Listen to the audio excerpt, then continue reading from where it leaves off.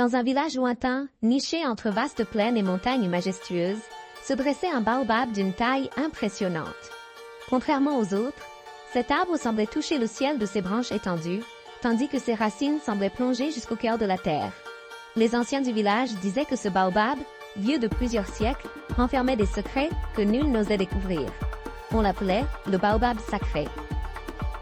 Madi, un jeune homme intrépide du village, était fasciné par cet arbre légendaire.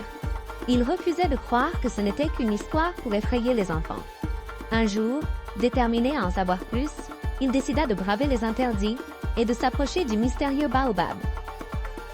Ignorant les avertissements de sa mère et des anciens du village, Madi partit au crépuscule, se dirigeant seul vers l'arbre colossal. Lorsque la nuit enveloppa le paysage, Madi atteignit enfin le pied du baobab.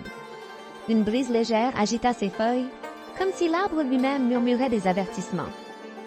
Madi hésita un instant, mais sa détermination l'emporta. Il savait que les légendes disaient que ceux qui s'approchaient trop de l'arbre disparaissaient mystérieusement. Pourtant, il sentait au fond de lui qu'il devait comprendre ce qui se cachait sous ses branches.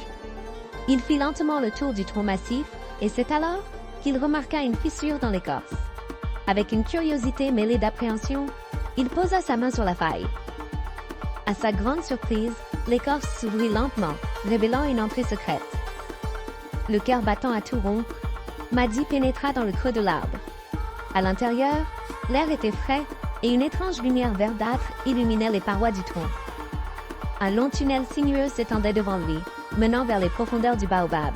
Tandis qu'il avançait prudemment, Madi entendit des murmures indistincts, des voix lointaines, semblant lui chuchoter des mots incompréhensibles. Soudain, il trébucha sur une racine et dévala le couloir jusqu'à se retrouver dans une vaste salle souterraine. La pièce était baignée d'une lumière spectrale, verdâtre, et au centre trônait un immense siège sculpté dans la pierre. Sur ce trône, un vieil homme imposant, vêtu d'une tunique en peau de bête, l'observait avec des yeux perçants. Madi, figé de terreur, ne put que le fixer, incapable de prononcer un mot. « Bienvenue, Madi » dit le vieil homme d'une voix à la fois douce et imposante. « Je t'attendais. » Madi, déconcerté, parvint à balbutier. « Qui êtes-vous? Comment connaissez-vous mon nom ?» Un sourire énigmatique apparut sur le visage du vieil homme. « Je suis le gardien de ce baobab, et je connais chaque âme qui ose franchir ce seuil. Depuis des siècles, chaque génération envoie un élu pour découvrir les secrets de cet arbre. Cette fois, c'est toi, Madi. Tu as été choisi. » La peur de Madi grandit, mais il essaya de garder son calme. « Choisi? Pourquoi? » demanda-t-il.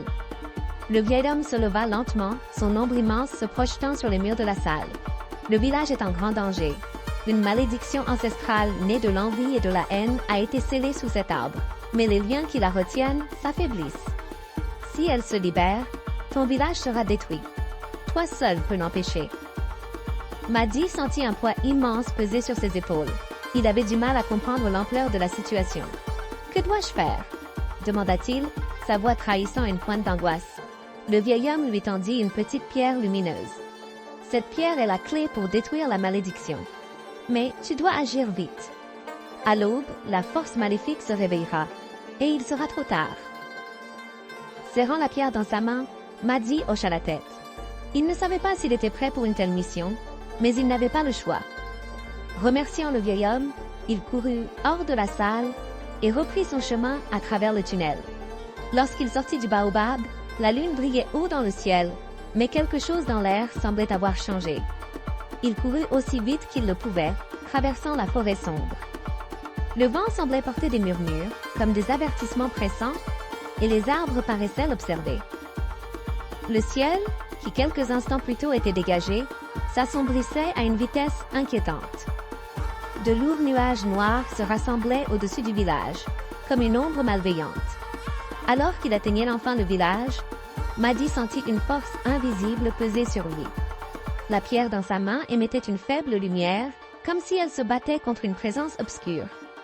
Le sol se mit à trembler, et devant lui, une créature titanesque émergea de l'obscurité. Ses yeux rougeoyaient d'une malice terrifiante. C'était l'ombre, cette entité maléfique qui avait été scellée sous le baobab des siècles plus tôt. « Viens me défier, mortel !» gronda l'ombre dans un grondement qui fit vibrer l'air. Tu n'es qu'un faible, incapable de comprendre ma puissance. Ton village brûlera sous ma colère, et il ne restera que des cendres. Madi, malgré la peur qui le tenait, serra la pierre plus fort. Il savait que la créature se nourrissait de peur et de doute. Il devait rester fort. « Je ne suis peut-être qu'un simple mortel, dit-il, élevant la voix, mais je porte en moi la lumière de mes ancêtres, et je ne te laisserai pas détruire mon village. » L'ombre rugit de rage, et des créatures démoniaques jaillirent des ombres, se précipitant sur Madi avec une rapidité effrayante. Il esquiva habilement les premières attaques, mais les monstres étaient trop nombreux. Alors qu'il semblait sur le point d'être submergé, la pierre dans sa main émit un éclat de lumière aveuglant, balayant les créatures comme des feuilles emportées par le vent. L'ombre hurla, reculant sous l'assaut de cette lumière, mais sa rage grandit. Elle s'élança sur Madi avec une force inouïe, le projetant violemment au sol. La pierre lui échappa des mains. Madi se retrouva à terre, désarmé. Alors que l'ombre levait une griffe pour l'écraser, une voix résonna dans son esprit. « La lumière vient de toi, pas de la pierre. » Rassemblant ses dernières forces, Madi se redressa. Il sentit une chaleur naître en lui, une flamme qu'il n'avait jamais ressentie auparavant. Les souvenirs de ses ancêtres, de leur force, de leur sagesse, lui insufflèrent une nouvelle énergie. Ses mains commencèrent à briller d'une lumière dorée. L'ombre fondit sur lui. Mais cette fois, Madi était prêt. Il leva les bras, et d'un cri de défi, libéra une explosion de lumière pure qui déchira les ténèbres. La créature hurla de douleur, son corps d'ombre se désintégrant peu à peu sous l'assaut de cette lumière. Dans un dernier effort, Madi s'approcha du cœur de la créature, là où l'obscurité était la plus dense. Il concentra toute la lumière dans ses mains et frappa directement au cœur de l'ombre. Un cri assourdissant retentit alors que la créature se désintégrait complètement, ne laissant derrière elle que des volutes de fumée.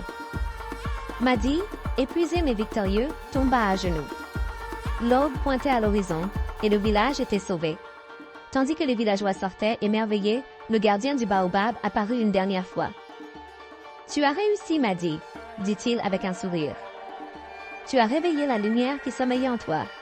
Souviens-toi, la véritable force ne vient pas de la pierre, mais de ton cœur. » Puis, il disparut, laissant Madi avec la certitude qu'il était désormais le gardien de cette lumière.